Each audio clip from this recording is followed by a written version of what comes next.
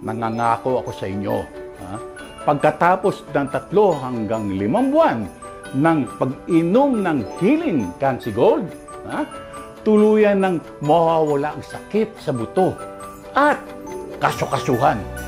At hindi na ito babalik. Kung hindi epektibo, ibabalik ang inyong pera. Para sa mga taong may matagal ng pananakit sa kamay, tuhod o likod at wala pang nahanap na lunas sa ibang mga produkto, narito na po ang Healing Cancy Gold. Dinitiyak ko po sa inyo na lahat nasa pamamagitan ng isang tasa lang po ng Healing Cancy Gold Colostrum, araw-araw mapapanatili na regular ang konsumo at mapapaganda po ang kalusugan sa loob lamang ng 1 hanggang 2 buwan. Yan!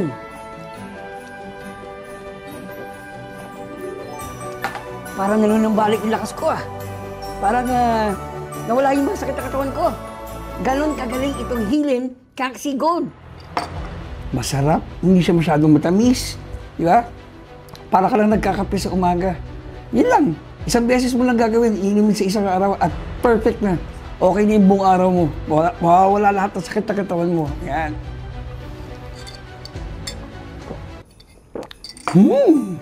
Lalo na pagtapos ng 3 hanggang 5 buwan, tuluyan na mawawala ang mga sakit at pananakit sa mga kasukasuan. Garantisado na pagkatapos ng 3 hanggang 5 buwan na pag-inom ng Healing Cancy Gold, tuluyan nang mawawala ang sakit sa buto at kasukasuan at hindi na muling babalik. Kung hindi epektibo, ibabalik agad ang pera. At ang Healing Cancy Gold ay ginawa din ito para sa diabetic, kaya nakakatulong para mapababa ang asukal sa dugo. At nakakatulong din ito para sa may sakit sa puso. Nakakatulong din para mabawasan ang blood fat o taba sa dugo. Sa loob ng 2 buwan, nawala ang sakit ng buto-buto ko. Healing once a day is enough to get your requirement for your calcium and minerals. Sa sobrang tuwa ko, niregaluhan ko ang mama at papa ko na senior citizens ng Healing Calcium Gold. Kung nagkakaroon ka ng anumang mga problema sa iyong mga buto at kasukasuan, ang payo ko sa iyo ay Healing Cancy Gold Milk.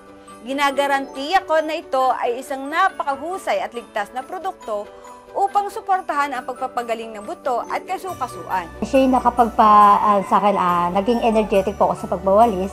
Hindi na po ako nakaramdam ng pananakit ng katawan dahil sa pag-inom po ng Healing Cancy Gold. Siguro wala pa pong mga 1 linggo na hindi ko na po nakaramdaman yung pananakit ng mga kasukasuan ko dahil sa pag-inom po ng Healing Cancy Gold.